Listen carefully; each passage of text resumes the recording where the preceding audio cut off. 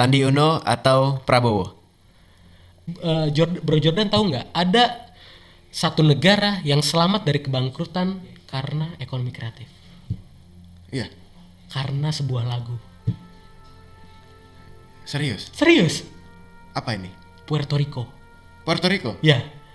Lagunya apa yang menyelamatkan mereka dari kebangkrutan? Despacito. Tadinya mereka berhutang berapa gitu, sudah hampir bangkrut gitu kan, sudah bangkrut. Terus berarti suatu produk Despacito itu kan benar-benar booming banget ya? Iya. Bahkan sampai di remix sama Justin Bieber juga. Iya, pokoknya banyak lah yang bikin. Berarti pada saat itu menyelamatkan suatu negara. Iya. Kenapa? Kok bisa menyelamatkan? Sekarang masyarakat dunia pada berkunjung ke Puerto Rico. Pengen tahu di mana syutingnya itu video klip Despacito, pengen tahu di mana tempat lahirnya si Daddy Yankee gitu kan. Jadi ini menarik gitu. Dan maksudku begini, kalau misalkan ada investor dari asing ya mau masuk ke Indonesia, mereka nih harus masuk ke Singapura dulu. Iya, itu dia.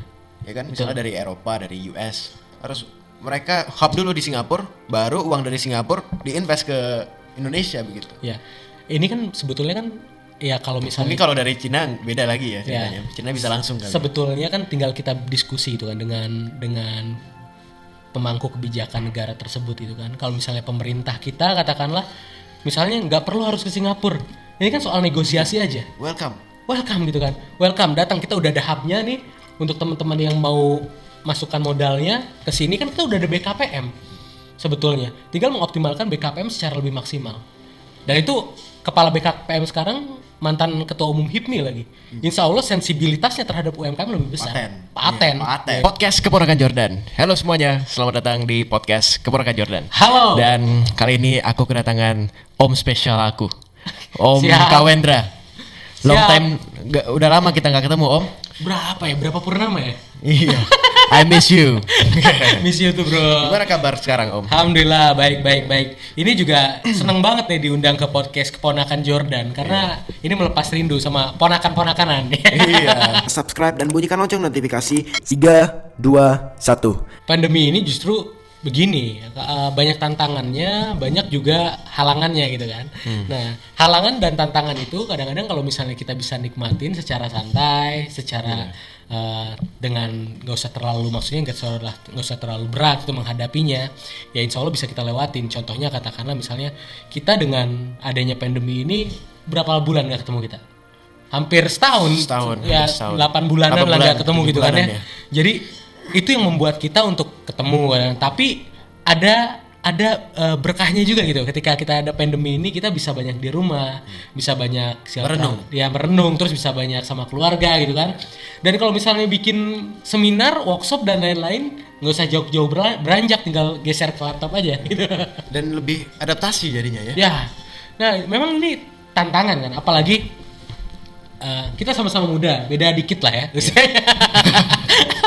Beda dikit usianya gitu. Ini tantangan yang menarik gitu kan. Jadi kreativitas kita diuji di sini. Iya. Saat kita nggak bisa ketemu, saat kita nggak bisa meeting, yang namanya manusia, orang-orang kayak kita nih yang biasa beraktivitas, nggak ketemu orang itu energinya berkurang.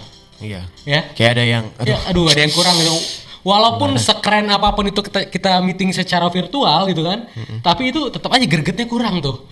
Nah, tapi disinilah ya kita harus bisa lebih mengoptimalkan apa yang ada dulu sekarang. Katakanlah bayangin aja dari segi kita rapat, bikin acara dan lain-lain. Dulu kalau misalnya bikin acara di satu tempat itu katakanlah bisanya berapa orang? 500 orang udah penuh ya kan? Iya. Tapi sekarang dengan kita virtual gitu kan, dengan secara online bisa ribuan orang, ratusan ribu orang bisa langsung nonton acara kita. Kalau bikin acara, bikin kegiatan dan lain-lain sebagainya. Bisa mencakup range yang lebih besar, masa yang lebih kuat gitu. Dan lintas wilayah gitu kan, lintas negara. Iya, nggak harus ditempatkan di satu tempat gitu. Iya, jadi di setiap krisis, apalagi kan krisis kesehatan gitu kan, itu pasti nggak mungkin semuanya adalah rintangan, halangan gitu kan.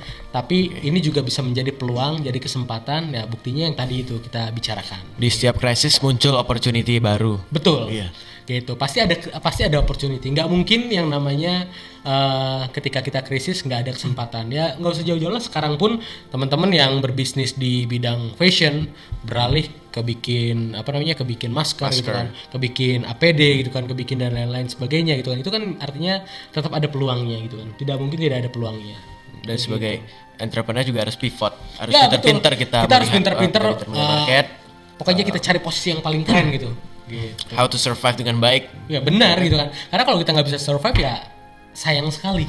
Sayang sekali bukan artinya dalam arti misalnya sayang banget potensinya nggak ada. Justru sayang sekali kita tidak menguji kemampuan kita yang kita tidak ketahui sebelumnya. Tuhan itu kasih kemampuan kita itu banyak hal yang mungkin kita nggak tahu gitu. Tapi dengan kita coba survive, dengan kita berpikir kreatif, biasanya kemampuan yang sebelumnya tidak kita sadari keluar dengan sendirinya. Gitu. Om KW ini memang bergerak dari background kreatif. Ya. Berarti production house, Ya. IO. Ya kita. Wah, berarti pada saat pandemik ini IO sangat terhantam. Banget kan? Banget gitu, industri Secara- kreatif itu banyak sekali karena kan yang rentan itu sekarang industri kreatif itu tersier banyaknya kan, bukan primer, bukan sekunder, tapi banyaknya tersier. Dan industri kreatif itu banyak sekali beririsan dengan pariwisata. Yes. Sektor pariwisata, dan sektor pariwisata terdampak sekali. Ketika sektor pariwisata terdampak, pasti ekonomi kreatif pun terdampak. Gitu. Jadi ya banyak banget gitu kan. Maksudnya berasa sekali dari mulai teman-teman, bukan hanya kami ya, teman-teman yang punya jadwal konser, bikin berbagai event, tiba-tiba izin keramaiannya nggak keluar gitu kan. Udah DP ini gitu kan, pasti kan berasa banget gitu.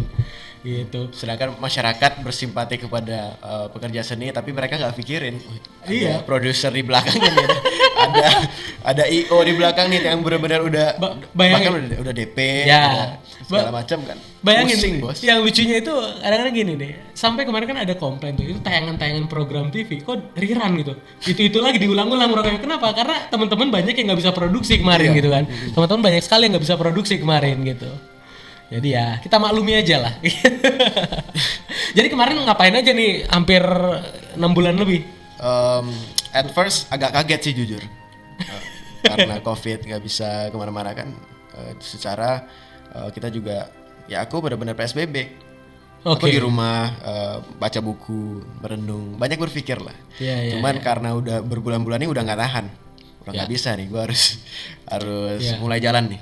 Dan project terkini ya aku lagi berusaha bikin podcast. Oke. Coba bikin podcast. Podcastnya Ponakan Jordan. Ponakan Jordan. Ya. Jadi itu juga hasil berpikir dari sesi merenung pas PSBB kemarin. Oke. Pikir apa nih podcast yang kita perlukan.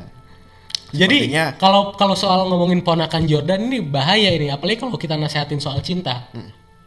Jadi percintaan Jordan gimana? Uniknya Om, gimana? gara-gara COVID, aku jadinya putus sama cewek gua. Berarti ini korban COVID gitu kan? Jujur ya. Gitu. COVID datang, cinta hilang. Jadi Gitu. karena baru deketnya sebulan, gitu. Iya, baru deketnya iya, sebulan. Tiba-tiba COVID nih pas Maret gitu. Iya. Wah jadinya lost feelings dan lain-lain berbagai macam. Gak jadi Om. Harusnya langsung seriusin, bro. Kenapa? Karena pas COVID ini katanya biaya nikah rendah. Bagus dong ya. Iya, gitu kan. Nah, jadi kita juga bisa ngeles gitu kan ke calon mertua gitu kan. Hey, yuk kita nikah langsung aja. Yang penting resepsi. Apa nggak usah ada resepsi ntar aja gitu. Low cost, gitu low kan. cost, low budget. Low cost, High high return. impact. Low cost, high impact and high return. Bisa aja Om nih. Memang ya keponakan dan Om nih sebenarnya kita sangat cocok sih dari Ya. karena aku juga dari DNA ya, dari keluarga pengusaha. Ya. Cuman aku lagi seneng dalam dunia kreatif ini. Kalau nggak nyemplung gitu ya gue sekarang gedein bisnis keluarga juga. Iya, gitu. iya. Tapi kan yang namanya anak muda itu butuh tantangan. Ya, Gitu. ya. Gitu. Kalau misalnya di istilah di teman-teman pengusaha muda itu biasanya katanya pengusaha itu ada dua, yang satu by nasab, yang satu by nasib. Nah gitu, Bro Jordan membangun jalannya sendiri, menciptakan nasibnya sendiri gitu. Dan kebetulan jalan. Ya. Dari Luar berbagai biasa. kegagalan. Iya, iya, kebetulan iya, bisa, kebetulan jadi. Keren ya, keren. Tapi salut lah ngelihat YouTube channelnya Bro Jordan yang makin luar biasa gitu kan. Konten-kontennya lebih variatif sekarang, apalagi dengan adanya podcast Ponakan Jordan gitu. Nanti bikin lagi dong gitu kan. Iya. Apa sepupu Jordan gitu, Siap. kan, gitu dan lain-lain. Pokoknya Dan menunggu bimbingan dari Om KW kan, gimana iya. ilmu-ilmunya nih kita serap nih. Jadi itu sebenarnya tujuan dari podcast Keponakan Jordan, pengen mendengar nasihat dari om-omnya. Ya. Iya kan? Ini cerdas di sini. Pengusaha itu harus melihat peluang. Artinya diundang ke sini siapapun itu kan kita bisa sharing pengalaman. Nah, kalau misalnya pengalamannya belum dapat, kita ambil yang belum dapat ya. Ya, karena berkaca dari diriku ya, aku kan masih muda. Ya. Jadi yang kita perlukan sebagai anak muda banget nih, ya menyerap ilmu sebanyak-banyak mungkin dari yang lebih tua.